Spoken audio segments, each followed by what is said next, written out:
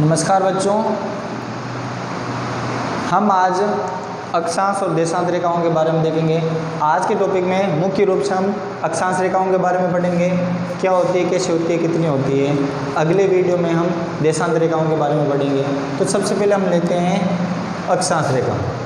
तो अक्षांश और जो देशांत रेखाएं होती है वो ग्लोब पर काल्पनिक रूप से खींची जाती है। वास्तविक रूप से इसका कोई भी प्रतिमान है नहीं, केवल और केवल इसको एक मानक मानकर इसको काल्पनिक रूप से खींची गई है। अक्षांश और देशांत रेखाएं दो प्रकार की रेखाएं हैं। जो पूर्व से पश्चिम तक खींची जाती है वो अक्षांश रेखाएं होती है, जो उत्तर से दक्षिण तक खींची जाती है वो देशांत रेखाएं खींचती हैं। ठीक है। प्रत्येक पूर्व से पश्चिम तक देशाओं की संख्या की बात करें तो बीच वाली जो भूमध्य रेखा है उससे ऊपर 90 है, इससे नीचे दक्षिणी गोलार्ध में भी 90 है। अब बात करते हैं गोलार्ध की कि भाई गोलार्ध क्या है। तो पृथ्वी का एक रूप है जिसको बीच में से एक भूमध्य रेखा खींचकर उसको दो भागों में बांट दिया जाता है। ऊपर वाला भाग उत्तरी गोलार्ध हो गया, नीचे वाला दक्षिणी गोलार्ध, गोले का आधा भाग, क्योंकि पृथ्वी गोल है और गोले को आधा भाग करने से उत्तरी गोलार्ध और दक्षिणी गोलार्ध इसके अंदर बन जाता है। अब मेन बात आती है कि इन रेखाओं की आवश्यकता क्यों पड़ती है। तो इसके लिए मैं आपको बताता हूँ कि आपने कभी ग्लोब देखा होगा। ये ग्लोब है। ग्लोब क्या है? ग्लोब पृथ्वी का एक प्रतिरूप है। पृथ्वी क्या करती है? पृथ्वी की जैसी है, कई जगह हम पढ़ते हैं गेंद के आकार की, नारंगी आकार की या सेव के आकार की, नहीं, पृथ्वी की आकृति है वो पृथ्वी की जैसी है। पृथ्वी की जैसी दुनिया में दूसरी कोई वस्तु नहीं है। ग्लोब इसका सबसे प्रमाणिक मान माना जाता है, प्रमाणिक प्रतिरूप माना जाता है। तो ये ग्लोब है। अब बात आती है ग्लोब पृथ्वी के जैसा ही है, इसके अंदर ये आडी और तिरछी रेखाएं खींची गई हैं। अब इस खींचने का मुख्य उद्देश्य क्या है? उद्देश्य मैं बता देता हूँ। किसी स्थान विशेष के बारे में जानकारी हासिल करने के लिए हमें अक्षांश और देशांत रेखाओं की ज़रूरत पड़ती है। उसके लिए हमें उस क्षेत्र का अक्षांश और देशांतरीय स्थिति पता हो जानी चाहिए। उसके अनुसार हम उस जगह को आराम से पृथ्वी पर ढूंढ सकते हैं। अभी नॉर्मली मैं बात करूं कि इसको आप इस पृथ्वी के अंदर आपको भारत को ढूंढना है, तो हम आराम से भारत को नहीं ढूंढ पाएंगे, क्योंकि हमें पूरी धरती को संभालना पड़ेगा, लेकिन ये संभव नहीं है। तो इसके लिए अगर हमारे पास भारत का अक्षांश और देशांतरीय विस्तार मौजूद है, उसकी स्थिति पता है, तो हम आराम से बिना किसी परेशानी के हम उसको ढूंढ सकते हैं। इसलिए इन अक्षांश और देशांत रेखाओं की ज़रूरत पड़ती है। मैं बार बार बोल रहा हूँ, ये केवल और केवल काल्पनिक रेखाएं हैं किसी स्थान विशेष के बारे में जानकारी हासिल करने के लिए। अब सबसे पहले मैं बात करता हूँ अक्षांश रेखाएं है क्या। पृथ्वी, ये जो गोल आकृति आपको दिखाई दे रही है, ये पृथ्वी। पृथ्वी पर पूर्व से पश्चिम तक जो वर्त खींचा जाता है वो अक्षांश रेखाएं कहलाती हैं। ठीक है ना। बीच में 0 डिग्री अक्षांश, 0 डिग्री अक्षांश है। 90 अक्षांश इसके ऊपर है, 90 इसके नीचे। टोटल अगर हम बात करें अक्षांश रेखाओं की तो टोटल अक्षांश रेखाएं 180 है। अब बात करते हैं मुख्य अक्षांश रेखाओं की। तो सबसे पहले जो रेखा आती है वो आती है आपके 0 डिग्री रेखा। ये बीचों बीच जिसने धरती को उत्तरी और दक्षिणी गोलार्ध बांधा है वो है 0 डिग्री। अब 0 डिग्री अक्षांश को और भी कई नामों से पुकारा जाता है, जिसमें सबसे इसका प्रमुख नाम आता है वो आता है इसका भूमध्य रेखा। भूमध्य, भूमि के मध्य भाग वाली रेखा भूमध्य रेखा हो गई है। इसके अलावा इसको एक और नाम भी दिया गया है विषुवत रेखा। विषुवत यानी कुल मिलाकर अगर देखें तो प्रमुख रूप से इसको 0 डिग्री अक्षांश रेखा, भूमध्य रेखा और इसके साथ विषुवत रेखा भी इसको बोलते हैं। अब इसके अलावा आपको दूसरी लाइनें और भी दिखाई दे रही है। ये प्रमुख लाइनें मैंने अब बनाई है, क्योंकि 90 लाइनें यहाँ और 90 लाइनें नीचे बनाना व्हाइट बोर्ड पर संभव नहीं है और ना ही इसके बारे में फिर जानकारी दे सकते हैं। इसलिए प्रमुख रूप से जो हमारे दैनिक उपयोगी चीज़ें हैं जो हमारी जानकारी में होनी चाहिए वो लाइनें हमने यहाँ पर खींची है। और तो इसमें प्रमुख रूप से जो लाइन आती है, पहले हम उत्तरी गोलार्ध की बात करेंगे, फिर दक्षिणी गोलार्ध की बात करेंगे। तो उत्तरी गोलार्ध के अंदर जो प्रमुख लाइन आपको ये लाइन दिखाई दे रही है, इसको बोलते हैं 23.5 डिग्री उत्तरी अक्षांश। जिसका एक और दूसरा नाम है जो प्रचलित में बहुत ज़्यादा आता है, इसको कर्क रेखा भी बोलते हैं। कर्क रेखा 23.5 डिग्री उत्तरी अक्षांश, क्योंकि ये उत्तर की दिशा में ही है इसलिए उत्तरी अक्षांश हो गया। ये दक्षिण दिशा में आ जाएंगे तो ये दक्षिणी अक्षांश हो जाएंगे। 23.5 डिग्री उत्तरी अक्षांश को हम कर्क रेखा भी कहते हैं। अब बात ये आती है कि यहाँ पर 23.5 डिग्री ही क्यों ली, 20 ले लेते, 25 ले लेते, 30 ले लेते, 10 ले लेते।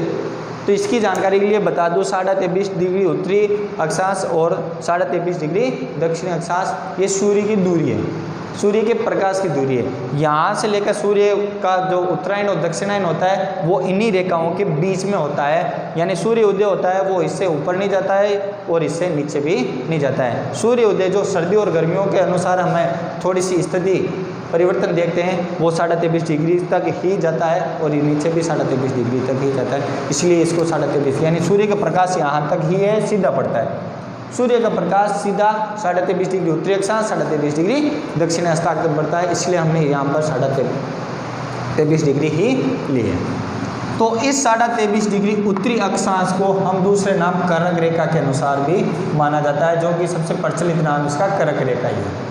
उसके बाद इसका नामकरण आ जाता है आगे 66.5 डिग्री, 66.5 डिग्री उत्तरी अक्षांश 66.5 डिग्री दक्षिण, क्योंकि सूर्य की हल्की तिरछी रेखाएं प्रकाश पड़ रहा है वो यहाँ तक ही है। यहाँ तक तो सीधी प्रकाश की किरणें सीधी पड़ती है और यहाँ पर प्रकाश की किरणें तिरछी पड़ती है, ठीक है ना, यहाँ तक और यहाँ तक, इसलिए 66.5 डिग्री लिया गया है। उत्तर की दिशा में जो 66.5 डिग्री उत्तरी अक्षांश है वो उत्तरी आर्कटिक महासागर के नाम पर उसका नामकरण भी आर्कटिक रेखा के द्वारा बताया गया है, यानी ये क्या है, आर्कटिक रेखा।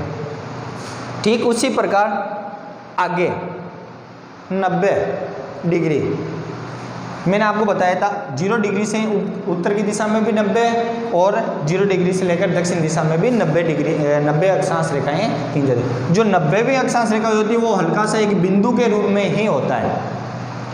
पृथ्वी का जो उत्तरतम हिस्सा है 90 डिग्री वाला वो एक बिंदु के रूप में ही है। ठीक उसी प्रकार पृथ्वी का जो दक्षिणतम बिंदु आता है वो भी केवल और केवल एक बिंदु के रूप में ही है, ठीक है। यानी हम कह सकते हैं उत्तरी ध्रुव और दक्षिण ध्रुव एक बिंदु के रूप में स्थित है। अक्षांश रेखाएं वहाँ पर छोटा सा वर्त बनाते हैं जो एक बिंदु के रूप में दिख रही है। ये जो आपको रेखाएं दिख रही है ये वर्त है, पृथ्वी के चारों ओर वर्त है। जैसे ग्लोब पर एक लाइन, ये अक्षांश रेखाएं 0 डिग्री अक्षांश रेखाएं ये चारों ओर उसके है, यानी पूरा एक वर्त बनाती है।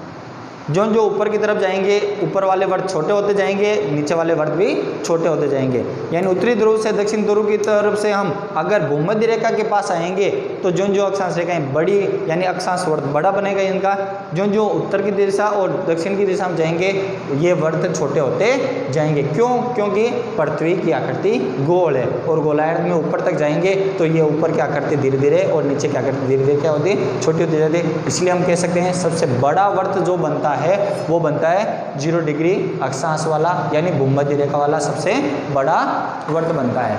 अब हम बात करेंगे दक्षिणी अक्षांश रेखाओं की। दक्षिणी अक्षांश रेखाओं में सबसे पहले वही 0 डिग्री वाला हमने बता दिया कि इसको भूमध्य रेखा और विषुवत रेखा कहते हैं। ये प्रमुख रेखा होती है और यहाँ पर सूर्य की किरणें लगभग हमेशा सीधी पड़ती रहती है। अब हम बात करेंगे नीचे दक्षिणी अक्षांश के बारे में। दक्षिणी अक्षांश 23.5 डिग्री ऊपर की तरह ही, क्योंकि सूर्य का सीधा प्रकाश यहाँ तक ही गिरता है इसलिए यहाँ पर भी 23.5 डिग्री लीजिए। इसको अन्य नाम से पुकारा जाता है, वो है इसका मकर रेखा। क्या नाम है? मकर रेखा। यानी जब सूर्य सबसे दक्षिणायन में उदय होता है तो वो समय मकर रेखा पर होता है, सबसे उत्तरायण में अगर उदय होता है तो वो कर्क रेखा पर होता है। तो नीचे की अगर दक्षिणी गोलार्ध की बात करें तो सबसे प्रमुख जो लाइन आती है वो आती है मकर रेखा। फिर आती है 66.5 डिग्री दक्षिणी अक्षांश, जिसको हमने अंटार्कटिका नाम दिया, क्योंकि दक्षिणी ध्रुव में अंटार्कटिका महाद्वीप होने की वजह से इसका नामकरण अंटार्कटिका वर्त पड़ा है, ठीक है। ऊपर ये आर्कटिक वर्त हो गया महासागर की वजह से और नीचे महाद्वीप की वजह से अंटार्कटिका वर्त हो गया है। अब बात करते हैं अक्षांश रेखाओं के मध्य की दूरी।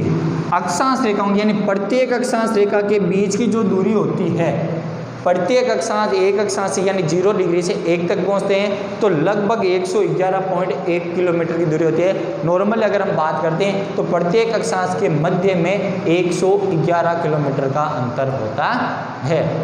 यानी एक अक्षांश से दूसरे अक्षांश तक जाने में हमें 111 किलोमीटर लगेंगे। 111 किलोमीटर की दूरी तय करते करते हम जब 90 डिग्री तक जाते हैं तो आगे बढ़ते जाते हैं। ये 90 डिग्री है वो केवल और केवल दक्षिणी उत्तरी ध्रुव है, जो कि एक बिंदु के रूप में ही सामने आता है।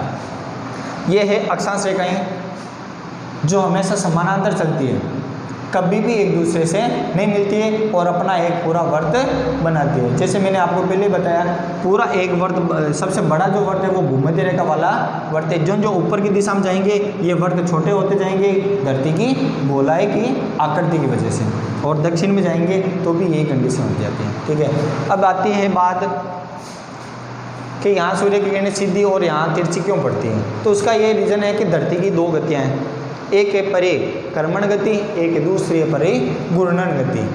परिक्रमण गति सूर्य के चारों ओर परिक्रमा करती है, वो परिक्रमण गति हो गई। घूर्णन गति पृथ्वी अपनी जगह पर ही एक ही जगह पर घूमती है, जैसे ये ग्लोब घूम रहा है आपके सामने, ये तो हो गई इसकी परिभ्रमण गति। और जब ये सूर्य, सपोज करो मैं सूर्य हूँ और ये मेरे चारों ओर घूम रहा है, यानी ये क्या हो गया, एक परिक्रमण। हम मंदिर में जाते हैं, भगवान की परिक्रमा कहते हैं, तो चारों ओर लगाते हैं तो उसको परिक्रमा कहते हैं। वैसे ही पृथ्वी की सूर्य के चारों ओर की दूरी होती है, वो गति होती है, वो परिक्रमण गति कहलाती है, परिक्रमा करना। ये परिक्रमण गति की वजह से ही सूर्य का उदय कभी उत्तरायण कभी दक्षिणायन होता है। इस वजह से ये रेखाएं खींची गई है। इनका मेन बांध कटिबंधों के रूप में काम लिया जाता है।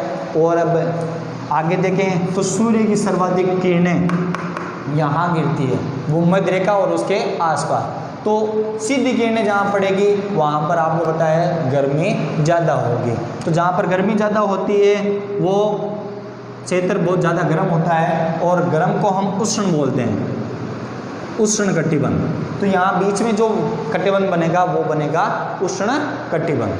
ठीक है, क्योंकि यहाँ पर सूर्य की सीधी किरणें बने, उष्ण यानी गर्म, सूर्य की सीधी किरणें यहाँ पर गिरने की वजह से ये उष्ण कटिबंध बनता है। फिर बात करते हैं, मैंने आपको बताया था 23.5 डिग्री से 66.5 डिग्री, 23.5 से 66 डिग्री के बीच में सूर्य की किरणें थोड़ी तिरछी पड़ती है। ठीक है ना, तिरछी पड़ने की वजह से यहाँ पर मौसम लगभग एक जैसा रहता है, ना ही तो ज़्यादा सर्दी होती है ना ही ज़्यादा गर्मी होती है। यानी इस क्षेत्र को हम बोल सकते हैं शीतोष्ण कटिबंध। शीतोष्ण, शीत प्लस उष्ण, शीत प्लस उष्ण, ना ही तो ज़्यादा सर्दी ना ही ज़्यादा गर्मी, यानी यहाँ का मौसम खुशनुमा होता है, बराबर रहता है लगभग। ठीक है, अब ये आकृति बात करते हैं, ये सेम टू सेम आकृति ही यहाँ पर आ जाएगी आपके, इसको भी हम बोल देंगे शीतोष्ण, शीत प्लस उष्ण, शीतोष्ण।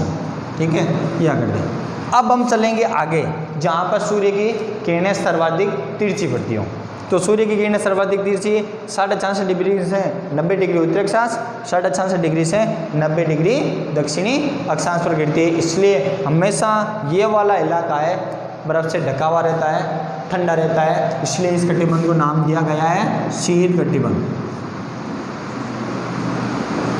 शीत यानी ठंडा, तो इस क्षेत्र को नाम दिया गया शीत कटिबंध। ठीक है, अब एक इंटरेस्टिंग बात और बता देता हूँ मैं आपको, शायद कई लोग जानते हैं कई नहीं जानते हैं। तो उसके अंदर ये होता है कि धरती ये अपने अक्ष पर 23.5 डिग्री झुकी हुई है, जैसा कि इस ग्लोब में आप देख रहे हैं। 66.5 डिग्री 23.5 डिग्री धरती झुकी हुई है और ये 66.5 डिग्री का कोण बनाती है। ठीक है ना, इस आकृति की वजह से सूर्य का प्रकाश जब गिरता है तो उत्तरी गोलार्ध में जब सूर्य का प्रकाश गिरता है उस समय दक्षिणी गोलार्ध में 6 महीने की रात होती है और उत्तरी गोलार्ध में 6 महीने का दिन होता है। जैसे जैसे सूर्य दक्षिणायन में उदय होना शुरू हो जाता है तो स्थिति एकदम इसकी उल्टी हो जाती है। 6 महीने का दिन यहाँ हो जाता है और फिर 6 महीने की रात ये हो जाती है। ये केवल और केवल पृथ्वी का 23.5 डिग्री झुका हुआ है, इस वजह से हो रही है। ठीक है, आज की वीडियो में हम अक्षांश रेखाओं के बारे में जान रहे हैं, अगले वीडियो में हम देशांतर रेखाओं के बारे में जानेंगे। उसके साथ साथ दुनिया के दूसरे देशों के टाइमिंग जोन वगैरह उसके बारे में भी पता करेंगे कि इनकी आवश्यकता क्यों पड़ती है। तो गाइस, हमारे चैनल को लाइक करें, सब्सक्राइब करें और शेयर करें।